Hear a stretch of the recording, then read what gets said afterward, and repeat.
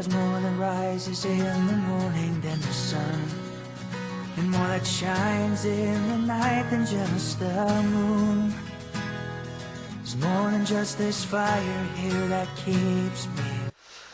아까도 우리 김태훈 형제가 이야기했지만 여러분들 어저께 밤에는 한국 축구 보시느라고 아마 응원들을 많이 하셨을 것 같아요. 저는 스포츠를 별로 좋아하지 않나 봐요. 뭐 저도 눈여겨 제 행동을 이렇게 보진 않았었는데 집사람이 종종 이야기하기를 당신은 남자가 맞긴 맞냐? 왜 이렇게 스포츠에 관심이 없냐? 그러고 보니까 제가 뭐 아는 야구 선수들도 별로 없고 어저께 축구를 보니까 축구 선수 이름도 몇 명밖에는 모르겠더라고요. 그래서 정말 무심하구나 했는데, 그러나 어제 축구를 저도 처음부터 끝까지 보면서 정말 재밌게 봤습니다. 여러분들도 아마 그러셨을 것 같은데 그 골 하나하나 넣을 때마다 보면 그냥 어중이 떠중이 막 몰려다니다가 우연히 하나 툭 쳐넣은 게 아니라 그 작전이 딱딱 맞아서 산뜻하게 들어가는 그 골들을 보면서 야, 우리나라 축구가 정말 성숙했구나. 이제는 유럽 축구하고 겨룰 만한 자격이 있다. 그렇게 성숙했다라는 생각이 듭니다. 그러면서 머릿속에 스쳐가는 생각이, 크리스찬도 초기 단계에 머물러 있을 게 아니라 맨날 하나님을 영접했느냐 그것만 가지고 고민할 것이 아니라 언젠가는 훌쩍 뛰어넘는 성숙한 단계에 이르러야 되는 거 아닐까, 이런 생각을 해봤습니다. 오늘은 지난주에 예고했던 것처럼 솔로몬이 성전을 건축했던 그 이야기를 나누려고 합니다. 이 이야기는요, 지난주에는 모세가 장막을 만들게 된 그 과정 속에서 하나님의 임재를 이야기했고, 또 그것은 어쩌면 우리 삶의 전 과정을 본다면 좀 이렇게 믿음을 처음 가지게 되는 순간, 하나님께서 내 삶에 임재하시는 순간, 그런 거를 또 중점을 뒀다면 오늘 이야기는요, 그 신앙이 좀 더 성숙하는 과정을 이야기한다고 볼 수 있습니다. 솔로몬이 예루살렘에 이제 성전을 만들었고, 그 성전은 정말 크고 아름다운 화려한 그런 것이었습니다. 근데 이 성전은요, 솔로몬이 혼자서 생각하고 계획했던 게 아니라 그 아버지였던 다윗 왕이 사실은 집권 초기부터 만들고 싶어 했던 그런 것이었습니다. 사무엘하 7장에는 그 이야기가 적혀 있죠. 다윗 왕이 이제 주위의 적들을 다 물리치고 나라가 이제 평안해지기 시작했을 때, 그때 다윗 왕은 선지자 나단을 불러서 이렇게 이야기합니다. 하나님의 괴는 계속 저 바깥에 장막 속에 있는데 나는 이 백향목으로 지은 좋은 궁전에서 살고 있구나. 이게 참 나를 불편하게 한다. 이런 취지예요. 나라도 이제 다 안정이 되고 또 급한 문제들이 다 해결됐으니까 이제는 하나님을 더 좋은 곳, 더 편한 곳에 모시고 싶다는 그런 참 기특한 생각이었습니다. 칭찬받을 만한 생각이었죠.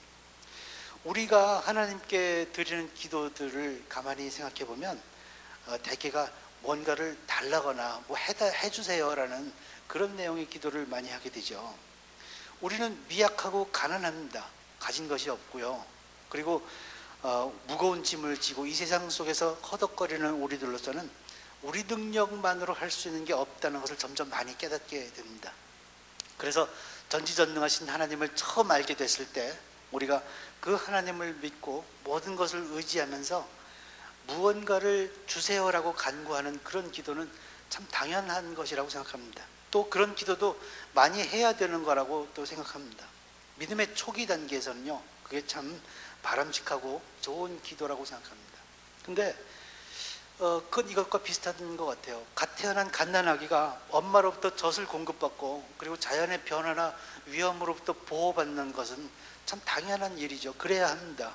그런 갓난아기를 보고 넌 왜 일방적으로 엄마로부터 사랑받기만, 뭘 받기만 하려고 그러냐 라고 꾸짖는다면 그건 우둔한 질문이죠. 그러나 그 아기가 이제 점점 커가지고 성숙해 가면서 자기 능력을 갖기 시작하게 되고, 그리고 부모의 고마움을 깨닫기 시작하면 그때부터는 부모에게 뭔가 자꾸 사랑을 표현하고 싶어지죠. 소풍 갔다가 뭐 보잘것없는 등글개 하나를 사가지고 와서 선물하기도 하고요. 또 어버이날이 되면 문방구에서 찌그러진 싸구려 종이 카네이션을 사다가 부모에게 달아주기도 합니다. 나이를 더 먹으면 어느 날 월급에서 샀다고 그러면서 빨간 내복을 선물하기도 하고요. 조금 더 크게 되면 아빠가 평생 엄마에게 사주지 못했던 보석 반지를 아들이 사다가 엄마에게 끼워주는 일도 있습니다. 자녀가 그렇게 점점 성숙해 갔음에도 불구하고 언제나 부모한테 전세금은 주세요, 뭐 사업자금 주세요, 뭐 돈 주세요 하고 맨날 바라기만 한다면 그 자녀는 뭔가 아직 성숙하지 못한 그런 자녀라고 생각이 드는 거죠. 믿음의 단계도 마찬가지라고 생각합니다. 믿음의 초기 단계를 벗어나서 성숙한 믿음을 갖게 되면, 그 성숙한 믿음을 갖게 되면 내게 일방적으로 여태까지 베풀어 주셨던 하나님의 은혜에 대해서 가슴 뭉클하는 감사가 생기게 되고요. 그래서 그 하나님한테 뭔가를 좀 드리고 싶은 거, 뭔가를 좀 해드리고 싶은 그런 마음이 자연스럽게 생깁니다. 그것은 자기의 성숙한 믿음을 표현하는 자연스러운 현상입니다. 다윗 왕이 하나님을 좀 더 좋은 곳, 더 편한 곳에 모시고 싶다라는 그런 생각을 한 것은 바로 그런 성숙한 믿음의 자연스러운 표현이었다고 생각합니다. 우리는 그것을 헌신이라고 하고요. 또 많은 경우에 그것은 헌금으로 표현되죠. 우리가 언제까지나 믿음의 초기 단계에 머물러 있을 것이 아니라 그런 성숙한 믿음을 표현하는 그런 단계에 도달하는 것이 우리에게는 필요한 시간이 된다고 생각합니다. 요즘 교회에서 헌금에 관해서 설교하는 것은 유난히 저항감을 많이 느끼는 분들이 있다는 것을 알고 있습니다. 담임 목사님이라면 이런 주제로 설교하는 것이 참 껄끄러울 것이라고 생각해요. 근데 저는요, 담임 목사가 일단 아니라는 점이 참 편안합니다. 교수라는 별도의 직업을 가지고 있어서 교회 헌금의 다과하고는 전혀 관련이 없는 사람이고요. 또 늦은 나이에 목사 안수를 받긴 했지만 여전히 평신도와 같은 삶의 최전방에 있으면서 그 삶의 여러 가지 어려움들을 직접 경험하고 또 그것과 싸워야 되는 그런 사람으로서 순수한 이유로 오직 성경에 어떤 것이 써 있는지를 여러분들에게 이야기하고 싶은 것입니다. 다윗에게 있어서 성전 건축이라는 것도 그런 성숙한 믿음의 자연스러운 표현의 이었고요. 그것은 일종의 헌금이라고, 헌신이라고 볼 수 있습니다. 우리는 이렇게 헌금을 하나님한테 제의하는 것만으로도 하나님이 크게 기뻐하시면서 눈물글썽이면서 정말 고맙다, 너 잘했다 이렇게 칭찬해 주실 것으로 기대합니다. 다윗도 아마 그런 기대를 했을 것 같아요. 근데요, 다윗이 그런 기특한 생각을, 그런 좋은 생각을 선지자 나단에게 말했던 바로 그날 밤에 하나님께서는 선지자 나단에게 이렇게 말씀하셨습니다. 사무엘 하 7장 5절에서 16절까지에 나오는 말씀인데 그 요지는 이런 것이었습니다. 내가 언제 다윗 보고 내가 살 집을 지어달라고 그랬느냐? 나 그렇게 얘기한 적 없다. 오히려 나 하나님은 다윗 너를 위대한 왕으로 만들어 줄게. 그리고 내 집을 지어줄 것이며 그리고 성전은 네 아들이 나중에 짓게 될 것이다. 이런 취지의 말씀을 해주셨습니다. 하나님을 위해서 기특하게도 성전을 지어드리고자 했던 다윗의 그 제안은 한마디로 거절된 것입니다. 다윗은 하나님이 이 자기 헌신의 제안을 거절하신 이유를 훗날에 솔로몬 아들 솔로몬한테 이렇게 설명합니다. 역대상 22장 8절에 보면 여호와 말씀이 내게 임하여 이르시되 너는 피를 심히 많이 흘렸고 크게 전쟁하였느니라. 내가 내 앞에서 땅에 피를 많이 흘렸은즉 내 이름을 위하여 성전을 건축하지 못하리라 라는 말씀이죠.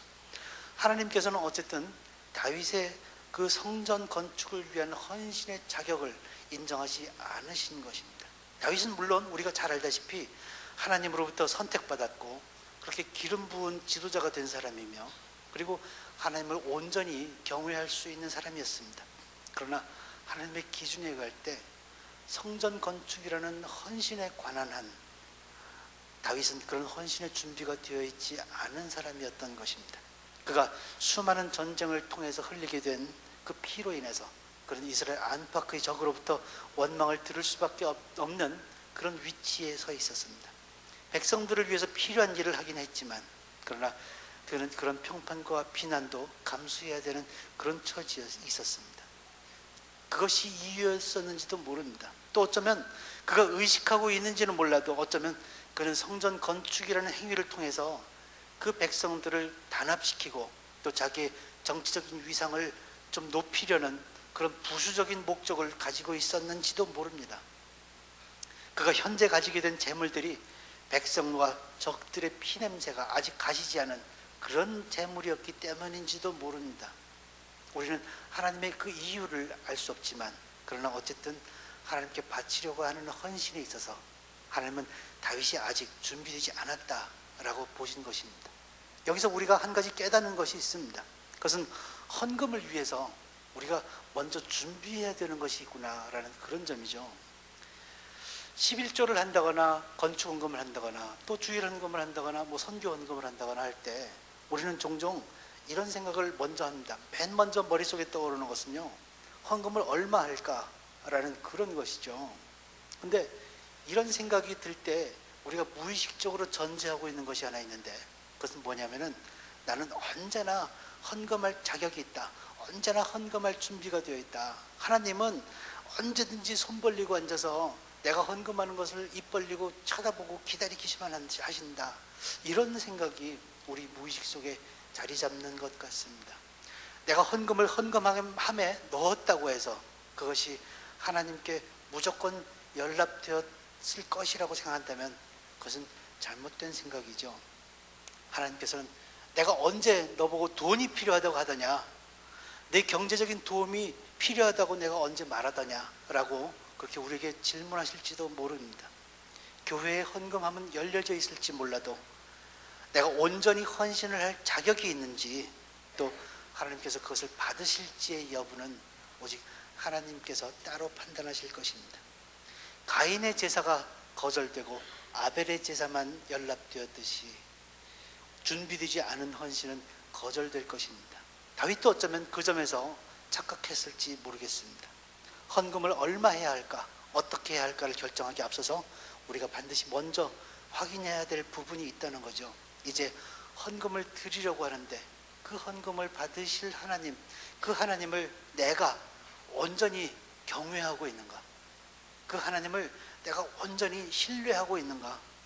나는 내 삶의 전체를 통해서 하나님께 감격스럽도록 감사하고 있는가? 그래서 이 헌금을 드리는 목적이, 그 목적이 내게 있어서 분명한가? 라는 그 준비가 필요한데 만약 이 준비가 되지 않았다면 우리의 헌금이나 헌신은 거절될지도 모른다는 것입니다. 그 다음으로 생각해야 될 것은 우리가 하나님께 무엇을 드릴까라는 점이죠.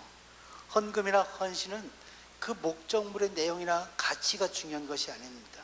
금액이 얼마나 큰가라는 것에 중점이 있는 게 아니죠. 헌금이나 헌신의 핵심이라는 것은 나 자신의 전체, 내 삶의 전체를 드리느냐 아니냐라는 데 그 핵심이 있습니다. 그것이 전제되어 있지 않다면 우리의 헌금이나 헌신은 거짓말이고 그리고 눈속임입니다. 어느 과부가 2렙돈을 헌금함에 넣었을 때 정말 작은 금액이었지만 예수님께서 그것을 온전한 헌신이라고 보신 이유가 있습니다. 그것은 그 과부의 그 2렙돈이 그녀의 생활비 전부였기 때문이었죠. 그 삶의 전체였기 때문에 예수님께서는 그 2렙돈이 과부의 온전한 헌신이라고 인정하셨던 것입니다. 또 헌금은 정결한 것으로 준비되어야 하겠죠. 피 묻은 것, 또 불법이 묻은 것, 그리고 부정한 것을, 그런 것을 헌금으로 바치는 것은 거절될 것입니다. 건축헌금을 하기 위해서 로또 복권을 산다는 그런 이야기를 가끔 들은 적이 있는데 그것은 아마 농담일 거라고 생각합니다. 하나님께서는 복권 당첨금을 필요로 할 만큼 헌금에 굶주린 분이 절대 아니죠. 헌금을 위해서 회사 공금을 횡령한다거나 또는 가난한 사람의 수입을 가로챈다거나 또는 다른 불법한 일을 행하는 것은 분명히 잘못된 일입니다. 욕망이 향하는 대로 재물을 흥청망청 다 쓰고 쓸 것 다 쓰고 그래도 남은 것이 있으면 그 중에서 얼마를 덜어서 헌금하겠다라고 한다면 그런 헌금도 전혀 준비되지 않은 헌금입니다. 하나님께서는 그런 헌신을 거절하실 것입니다. 옛날 우리 부모님들은요, 기억을 더듬어 보면 주일날 드릴 헌금을 위해서 그 전날 은행에 가가지고 빨락빨락한 신권을 바꿔가지고 오셨죠. 지금도 그렇게 준비하시는 분들이 있으리라고 생각합니다만은, 이런 마음가짐이, 그 신권이 중요한 것이 아니라 그런 마음가짐이 온전한 헌금을 드리기 위한 작은 준비라고 생각이 드는 것입니다. 우리는 헌금할 준비가 되어 있습니까? 우리의 헌금은 내 삶의 전체를 바치는 그런 의미를 가지고 있습니까? 우리가 바칠 헌금은요, 정말 깨끗하고 정결하며 하나님께서 받으실 만한, 그렇게 합당한 것입니까? 그것이 구체적인 헌신과 헌금을 드리기에 앞서서 우리가 먼저 우리 자신에게 던져봐야 될 질문입니다. 다윗은 하나님을 위해서 이제 성전을 지을 생각을 했지만, 지금 우리가 이야기했듯이 하나님은 다윗에게 그런 생각, 그런 제안을 받아들이지 않으셨습니다. 그리고 하나님께서는 이렇게 반문하셨습니다. 사무엘하 7장 5절에 보면, 가서 내 종 다윗에게 말하기를, 나단에게 이야기하시는 거죠. 여호와께서 이와 같이 말씀하시되 내가 나를 위하여 내가 살 집을 건축하겠느냐. 그렇게 반문하시면서 하나님께서는 성전 건축하는 무관하게, 엉뚱하게도 다윗의 집안을 축복해 주시는 그런 이야기를 쭉 하셨습니다. 근데 왜 그러셨을까요? 근데 그 다윗의 집을 축복하신다는 그 말씀 속에는 이런 의미가 들어있는 것입니다.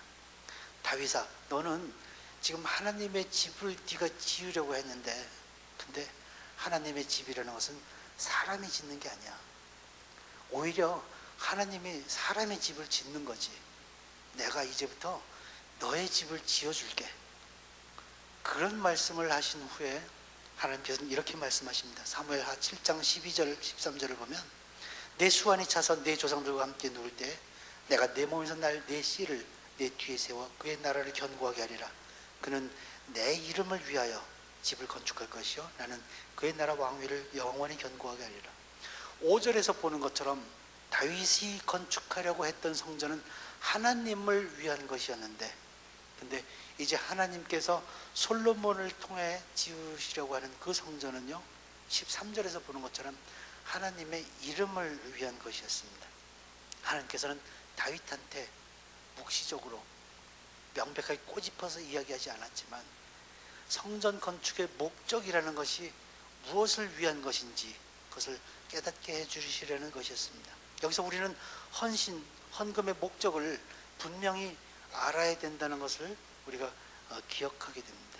오늘의 본문 열왕기상 5장 5절을 읽으면 솔로몬은 헌금과 헌신의 목적을 분명하게 알고 있었음을 우리가 볼 수 있습니다. 다윗이 깨달은 것, 그것을 이제 아들 솔로몬에게 이야기해 줬을 거고요. 그 솔로몬이 이제 5장 5절에서 그의 고백을 하는 것이죠. 여호와께서 내 아버지 다윗에게 하신 말씀에 내가 너를 이어 내 자리에 오르게 할 내 아들, 그가 내 이름을 위하여 성전을 건축하리라 하신 그대로 내가 내 하나님 여호와의 이름을 위하여 성전을 건축하려 하오니. 이 말씀은요, 솔로몬이 성전 건축이라는 것이 사람의 뜻에 의한 것이 아니라 하나님이 시키시는 대로 하는 것이라는 점, 또 한 가지는 그것도 하나님이 아니라 하나님의 이름을 위하여 짓는 것임을 분명하게 깨달았다는 것을 보여줍니다. 우리 헌신도요, 하나님을 위한 것이 아닙니다. 하나님께서 뭐 어떤 부족함이 있어서 하나님이 뭐를 필요로 하기 때문에 우리가 그것을 채워드리려고 공급하는 것이 아니라는 거죠. 하나님은 우리의 헌신을 애걸하지 않습니다. 만약 하나님께서 우리의 헌신을 요구하시는 일이 있다면 그것은 우리가 헌신할 만큼 성숙한 신앙을 가지고 살아가기를 원하시기 때문입니다. 우리의 헌신은 전적으로 하나님의 이름을 높이고 그리고 그분에게 모든 영광이 돌아가게 하기 위한 그런 것입니다. 그런데 헌금을 할 때 우리는 참으로 습관적으로 자기도 모르게 우리 자신의 이름을 생각하게 됩니다. 내 헌금이 사람들에게 알려지기를 원하게 되는 일이 참 우리가 무의식적으로 그런 일들이 벌어지죠. 그런 헌금이 있다면 그것은 내 이름을 위한 헌금이기 쉽습니다.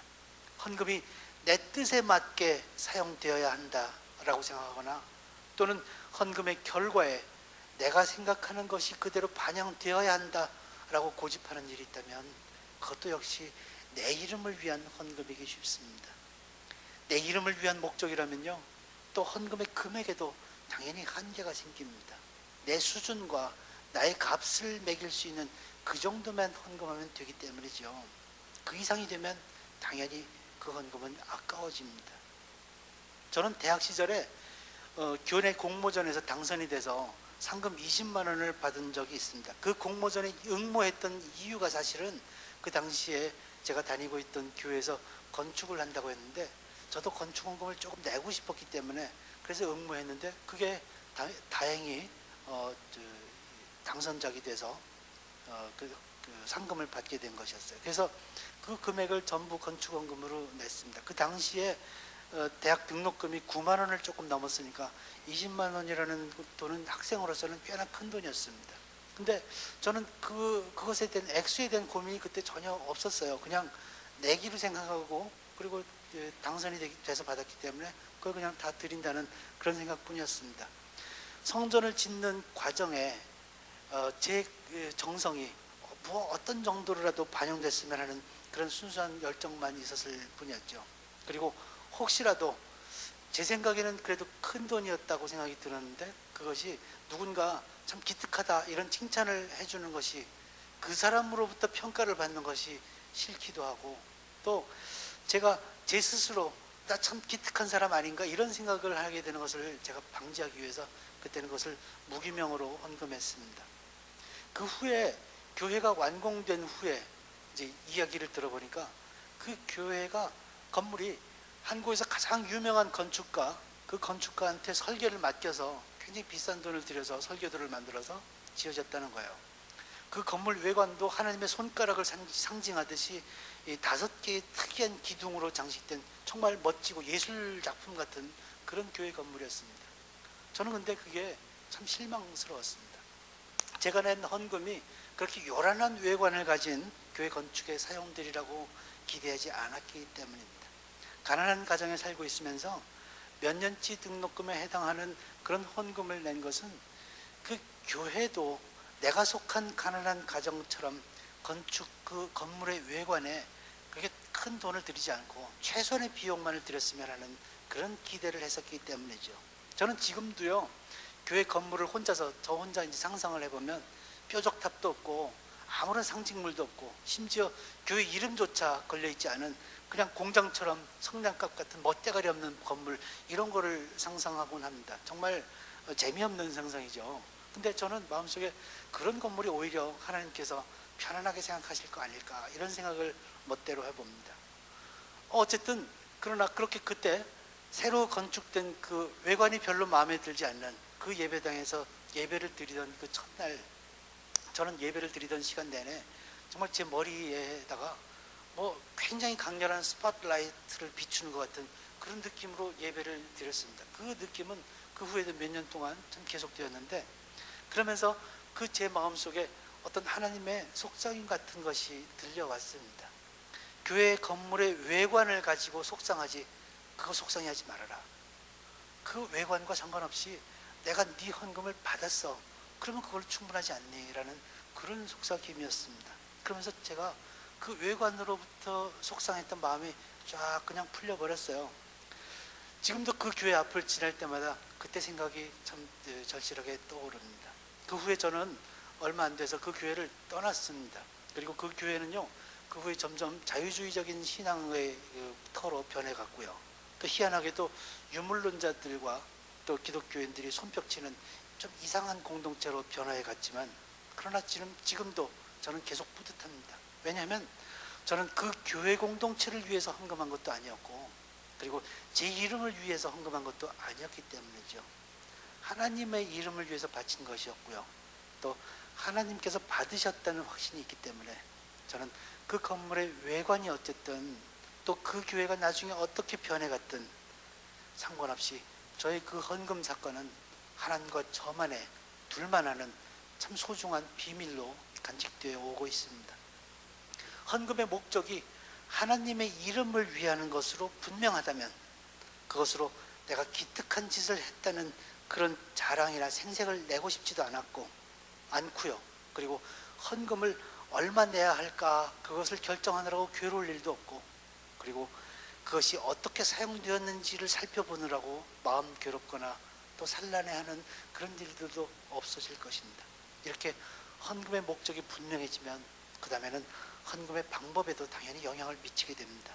첫째는 헌금의 조건이나 대가를 걸지 않게 됩니다. 많은 경우에 우리는 헌금을 하면서 마음속으로 어떤 조건이나 대가를 걸곤 합니다. 하나님, 이거 정말 어렵게 큰 돈 내는 건데 아시죠? 그러니까 하나님, 우리 아들 입학시험 합격하게 해주세요.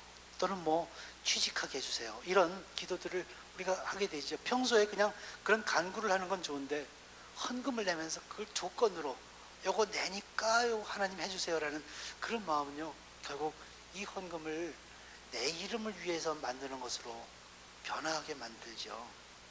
헌금의 대가와 조건을 거는 것은요, 어쩌면 우리가 오래 묵었던 삼신할머니나 굿판이나 또는 불당에서 해왔던 우리의 잘못된 습관으로부터 비롯된 것일지도 모릅니다. 둘째 현상은요, 헌금을 풍성하게 내고 싶어집니다. 헌금을 무조건 많이 내라, 뭐 이런 현상이 좋다라는 그런 말씀을 드리려고 하는 게 아니죠. 제가 경험했더니 하나님의 이름을 위하는 그 순수한 목적으로 헌금을 내려고 하니까 금액에 별로 연연하지 않게 되더라는 그런 제 경험이기 때문입니다. 성경은요, 인색함으로나 억지로 헌금하지 말라고 그렇게 권고하고 있습니다.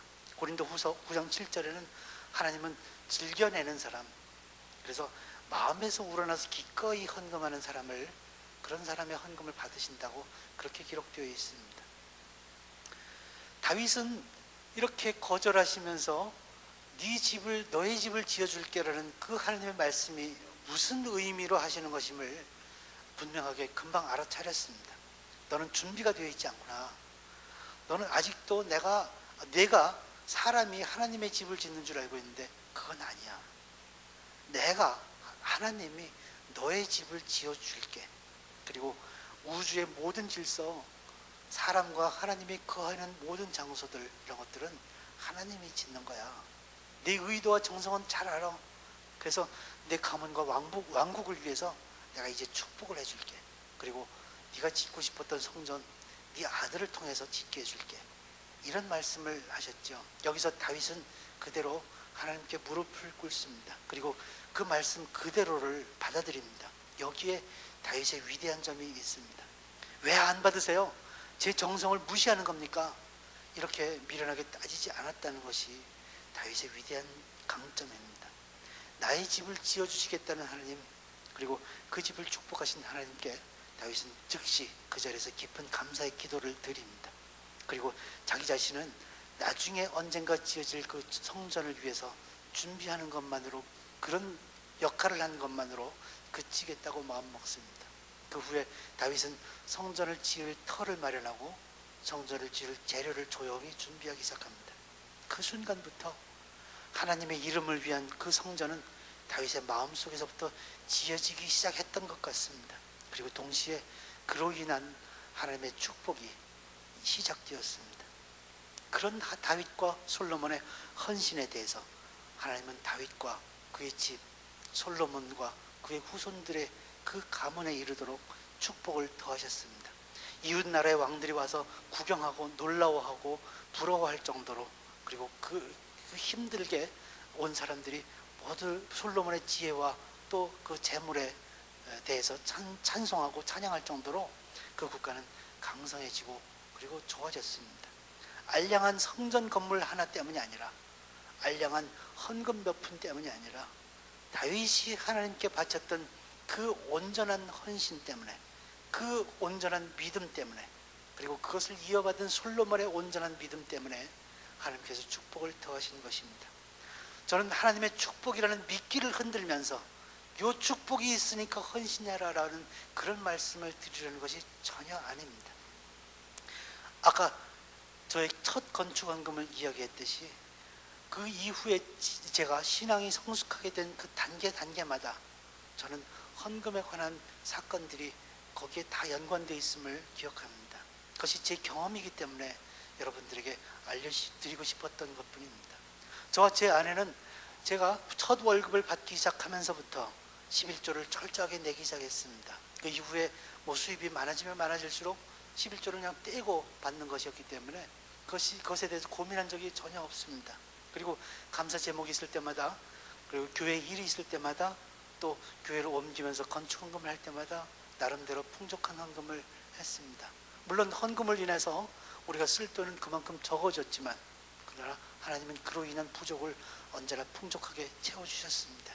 그게 저의 경험이에요. 어찌다 그걸 하나하나 설명을 하겠어요. 여러분들이 한번 경험해 보시면 그 부족분에 대한 풍족한 갚음이 어떤 것이라는 것을 여러분들이 알게 될 것입니다. 거기다가 하나님께서는 저와 제 가족의 인생을 더욱 풍성하게 해주셨습니다. 제게는 신학을 할 수 있는 참 희귀한 기회가 허용되기도 했고요.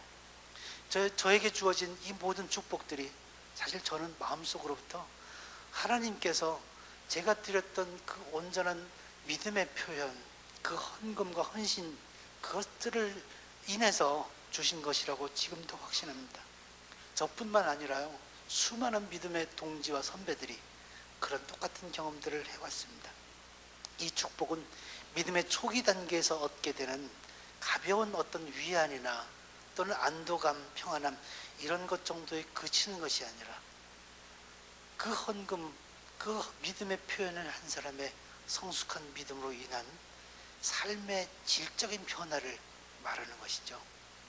돈이 더 생긴다거나 부자가 된다거나 하는 그런 알량한 축복이라고 생각되지 않습니다. 그런 축복들을, 그런 온전한 삶의 질이 변화하는 그런 엄청난 축복들을 우리 성도들 전부가 함께 누리게 되었으면 합니다. 성경에는요, 하나님을 시험하지 말라고 그렇게 말씀하신 부분이 많지만, 그러나 하나님께서 직접 스스로 나를 한번 시험해봐라 라고 명령하신 부분이 있습니다. 유일한 부분이 있는데 그것은 말라기 3장 10절에서 22절까지의 말씀입니다.